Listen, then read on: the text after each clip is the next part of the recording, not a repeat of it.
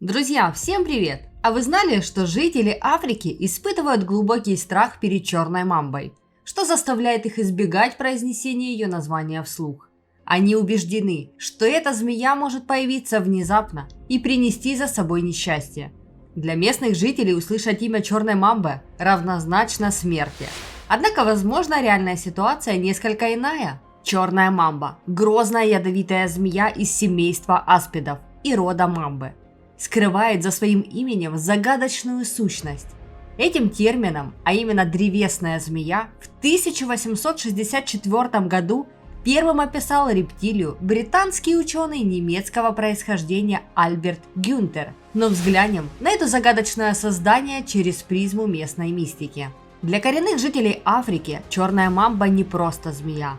Это могущественная сущность, способная принести наказание за обиды. Отношение к ней окутано туманными представлениями и внушительными легендами. Однако ученые подтверждают, что страх перед черной мамбой обоснован. Она действительно ядовита и агрессивна. Средняя длина черной мамбы составляет 3 метра. Название этой змеи кажется связанным с ее черным окрасом. Но на самом деле оно происходит от черного цвета ее пасти. Открывая пасть, змея демонстрирует нечто, что вызывает ужас. Ее черная слизистая оболочка напоминает что-то таинственное и мистическое, ассоциируемое с потусторонним миром и мраком. Это лишь одна из многих характеристик, делающих эту змею такой загадочной и страшной. Когда речь заходит о черной мамбе, в уме сразу возникает образ ее характерной улыбки, словно загадочной маски на лице этой змеи. Но не обманывайтесь этим обаянием. За этой улыбкой скрывается опасность. Ее тело выглядит изящным, словно натянутое вдоль земли, с длинным хвостом и немного сплющенным профилем. Несмотря на название, черная мамба может быть далека от чистого черного цвета. Ее окрас может варьироваться от насыщенного оливкового до серо-коричневого, а иногда включать в себя зеленоватые оттенки. У молодых особей цвет бывает более светлым. За этим внешним очарованием скрывается удивительная опасность. Несмотря на то, что по размерам черная мамба уступает королевской кобре, у нее ядовитые клыки превосходной длины, больше 2,5 сантиметров. Эти клыки не только длинные, но и подвижные. Змея способна сложить их, чтобы не мешали в обычной жизни. Эта змея заслуженно считается одной из самых опасных и ядовитых обитательниц африканской фауны. Ее яд является одним из самых быстродействующих, делая ее не только самой ядовитой змеей континента, но и одной из самых быстрых среди всех рептилий планеты. Местные жители считают черную мамбу настоящим ужасом из-за ее размеров и невероятной скорости реакции. Черная мамба обитает в различных тропических районах африканского континента, распространяясь от северо-востока до юга. Она находится на территориях многих стран, таких как Конго, Эфиопия, Кения, а также Южная Африка и другие.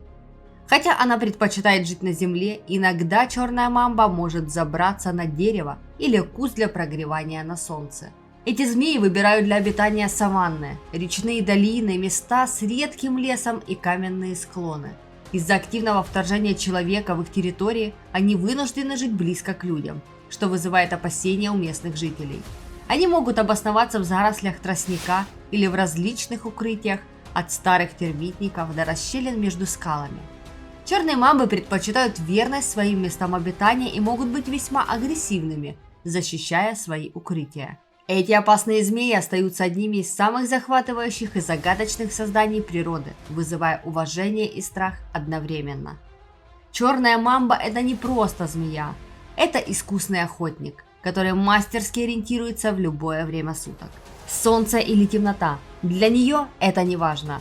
Она охотится идеально в обеих реальностях. Ее меню разнообразно. Она с удовольствием поедает мелких и средних теплокровных животных, иногда даже других рептилий. Молодые особи предпочитают лягушек. Это как их особое угощение. Сама она предпочитает оставаться в засаде, но при необходимости может преследовать свою жертву. Особенно, если та после укуса продолжает пытаться удрать. Когда приближается момент застать добычу, она делает стремительный выпад и наносит укус, а потом отступает, давая яду сделать свое дело. А если она догоняет свою добычу, то развивает внушительную скорость до 20 км в час. Местные жители африканского континента боятся ее именно из-за агрессии. Но у нее своя логика, она не будет нападать первой. Если она почувствует приближение крупной жертвы, то предпочитает остаться незамеченной, спрятавшись в укрытии. Но если человек проявит опасные движения, она быстро и молниеносно атакует. Ее черная пасть, раскрывшаяся перед броском, является последним предупреждением, затем беспощадный укус. Особенно если человека нельзя больше считать незамеченным. Антидот должен быть введен немедленно, иначе смерть наступит быстро. Яд черной мамбы очень быстро действует, парализуя мышцы. Сердце, являющееся мышечным органом, становится жертвой яда, прекращая свою работу. Без антидота 100% смертность, и даже с антидотом смерть наступает в 15% случаев. Ужасающая правда в том, что каждый год на африканском континенте от укусов черной мамбы умирает около 9000 человек. Несмотря на тот факт, что черная мамба весьма ядовита, да и размеры у нее внушительные, она все же имеет природных врагов, хотя их не так много. Черные и бурые орлы-змеияды считаются основными естественными врагами этих рептилий, тем более, что охотятся они с воздуха. Также естественными врагами этой змеи являются мангусты, которые обладают иммунитетом, хотя и частичным. Недостаток полного иммунитета мангусты компенсируют за счет быстрой реакции, за счет ловкости, изворотливости и отчаянности. Мангуст за счет быстрых прыжков изводит рептилию до того состояния, когда она уже не способна в полной мере реагировать на эти прыжки. В один прекрасный момент он кусает ее в области затылка, что приводит к ее смерти. Как правило, от природных врагов больше страдает неопытный молодняк. Этот вид змей начинает размножаться в конце мая месяца. Длится этот период до начала июня. Мужские особи в этот период заняты поиском женских особей, которые сигнализируют о готовности размножения с помощью специального выделяемого пахнущего вещества. На каждую женскую особь может претендовать несколько желающих продлить свой род. Как правило, им приходится выяснять в драках между собой, кто имеет на это право. Осуществляя демонстрацию своего превосходства, они не используют свой ядовитый инструмент. Побежденные покидают место схватки, отдавая право размножения сильнейшему. Победителю ничего не остается, как заняться с партнершей процессом размножения. После оплодотворения самка и самец расползаются в разные стороны. Самка начинает подготовку к откладке яиц. Для этого она приступает к формированию гнезда, подыскав для этого надежное убежище. Она выстилает его изнутри различной листвой и ветками. Хотя сделать это ей непросто, так как кроме извилистого тела у нее ничего нет.